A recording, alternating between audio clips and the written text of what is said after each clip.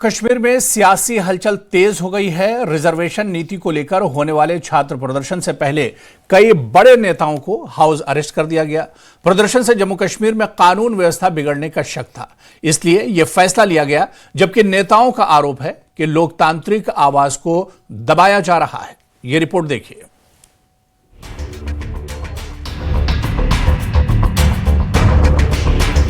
जम्मू कश्मीर में 28 दिसंबर की सुबह सड़कों पर पुलिस की मौजूदगी बढ़ाई गई। कई नेताओं के घरों के बाहर बैरिकेड लगाए गए और शुरू हुई नजरबंदियों की सूची।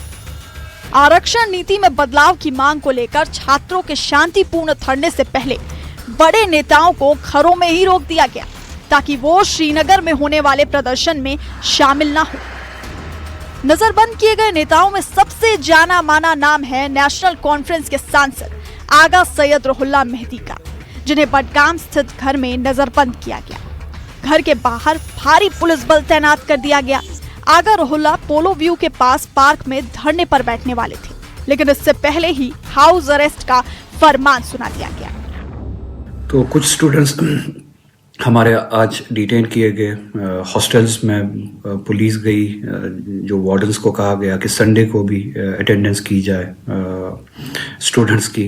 स्टूडेंट्स को वहाँ पे एक माहौल बना के इंटिमिडेट किया गया। बैरिक्स लगाए गए, बैरिकेड्स लगाए गए, पोलो व्यू में बैरिकेड्स लगाए गए, एक माहौल बनाया गया। और उसी के साथ साथ मुझे भी कल रात को डिप्लॉयमेंट की गई मेरे घर के बाहर, और आज सुबह पुलिस मेरे पास आई और उन्होंने कहा कि आप बाहर नहीं जा सकते, आपको हाउस अरेस्ट रखा गया है। उधर पीडीपी प्रमुख महबूबा मुफ्ती की बेटी और पार्टी की नेता इल्तिजा मुफ्ती ने भी खुद को हाउस अरेस्ट होने का दावा किया।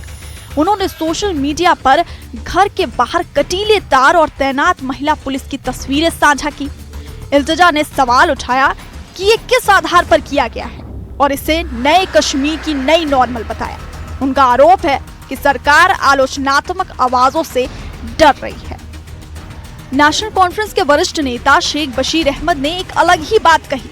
उन्होंने कहा, आगा रुहुल्ला की नजरबंदी के लिए उमर अब्दुल्ला सरकार जिम्मेदार नहीं, क्योंकि पुलिस का नियंत्रण उनके पास नहीं है।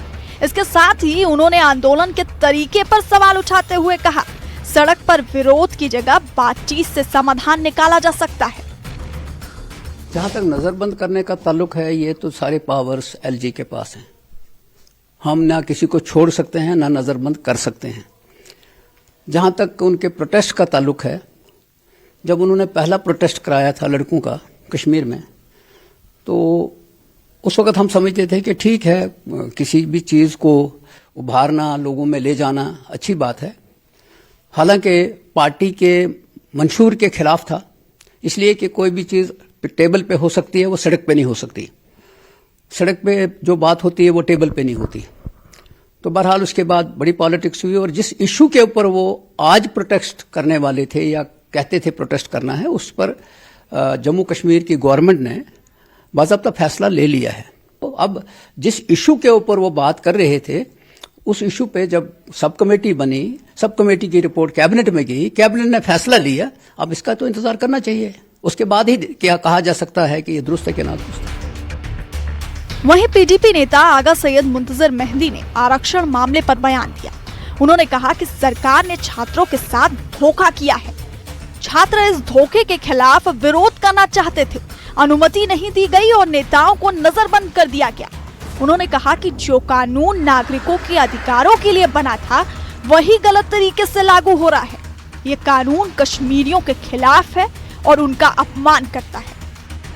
देखिए, ये काफ़ी बदनसीबी का आलम है कि जिस कानून का मकसद लोगों के साथ इंसाफ करना था, उनके इंटरेस्ट को सेव रखना था, उस कानून को कश्मीर में इस्तेमाल किया गया ताकि यहाँ के लोगों को, यहाँ के बच्चों को, खासकर जनरल कैटेगरीज के बच्चों को इंसाफ ना मिले, उनको नौकरियों में उनका हक ना मिले, उनको पढ़ाई में, प्लेसमेंट्स में, एजुकेशन सेक्टर में उनको वो हक ना मिले जो हक उनको कानून ने दिया था।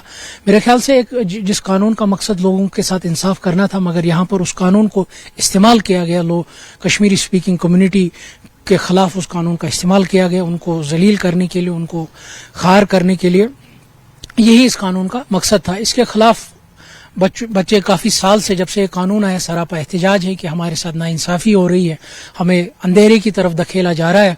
और उनकी अपेक्षा थी कि जब 2024 में नेशनल कॉन्फ्रेंस ने इसी वादे पर उन्हें इलेक्शन लड़ा कि जो ही हम इक्तदार में आते हैं तो हम इस कानून को इसकी तरमीम करेंगे और हर कम्युनिटी को अपना इंसाफ मिलेगा, हर कम्युनिटी को अपना हिस्सा मिलेगा, किसी कम्युनिटी के साथ नाइंसाफी नहीं होगी। मगर एक साल से मुसलसल देखते आ रहे हैं कि जो भी एडवर्टीजमेंट हो रही है, जो भी नौकरियों की नोटिफिकेशन निकल रही है, वो इसी रोशनी में निकल रही है जो नई रिजर्वेशन है, जहां पर जनरल कैटेगरीज को कैजुअलिटी बनाया गया, जहां पर जनरल कैटेगरीज का खून किया जा रहा है।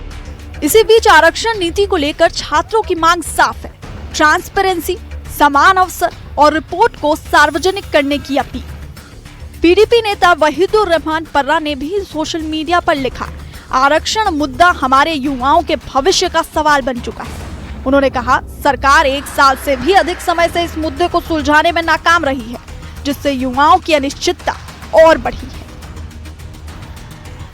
आरक्षण नीति पर संघर्ष, युवा सड़क पर, नेता घरों में नजर पर, प्रशासन कानून व्यवस्था का तर्क दे रहा है और विपक्ष लोकतांत्रिक अधिकारों पर चोट का आरोप लगा रहा है।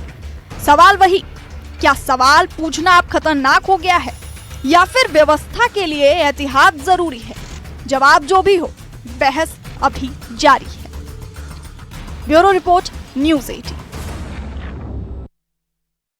और इधर